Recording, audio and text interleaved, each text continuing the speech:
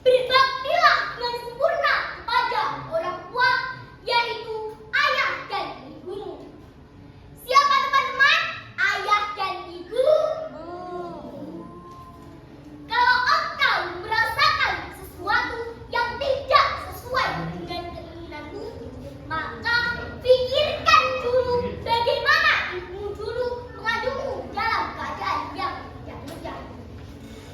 Lalu hadirkan dalam benak kita bagaimana ibumu mengandungmu selama 9 bulan dalam keadaan yang tidak mudah. Mau ke pasar? Dibawa. Mau kondangan? Dibawa. Kemana-mana kita dibawa dalam perut ibu selama 9 bulan. Teman-teman, apakah setelah itu selesai? Setelah mengandung, seorang ibu masih harus mengalami banyak M. M apa teman-teman? M. Melahirkan, menyusui, merawat, mendidik, dan M yang lain. Begitupun seorang ayah juga mengalami banyak M. Kecuali apa teman-teman? Melahirkan dan menyusui. Betul? Jadi kalau engkau ingin marah, maka pikirkan dulu. Kalau engkau ingin mencela, maka renungkan dulu. Apakah ibumu pernah mengatakan saat mengandungmu? Apakah ayahmu pernah mengatakan lelah saat mencari nafkah untuk kehidupanmu? Teman-teman, mungkin di antara kita durhaka kepada orang tua, mengatakanku atau kepada mereka. Dalam surat Al-Isra ayat 23, Allah menyampaikan, dengan kita mengatakan saja, itu sudah bagian dari durhaka. Sekarang pertanyaannya, berapa kata yang sudah kita ucapkan? Mungkin bukan hanya kata kita pernah menyakiti hatinya, menyinggung perasaannya, membantah ucapannya, dan tidak jarang juga kita membuat orang tua meneteskan air mata. Rasulullah Shallallahu Alaihi Wasallam bersabda yang artinya, ridho Allah terletak pada ridho orang tua dan murkanya terletak pada murka orang tua. Hal ini sejalan dengan firman Allah dalam surat Luqman ayat 16 yang berbunyi,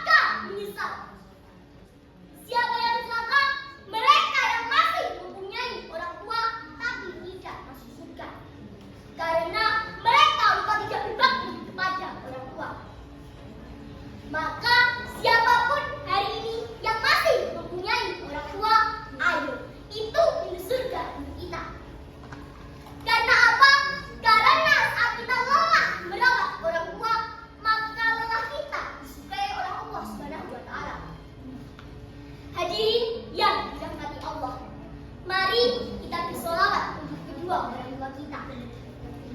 Allahumma firli dunubi wali walidayya warhamhuma kama rabbayani shaghira. Gusti Allah kula nyuwun pangapura dosa kula lan dosane tiyang sepuh kalih kula. Demikianlah yang dapat saya sampaikan. Terima kasih atas segala perhatian dan mohon maaf atas segala kekurangan. Billahi taufik wal hidayah.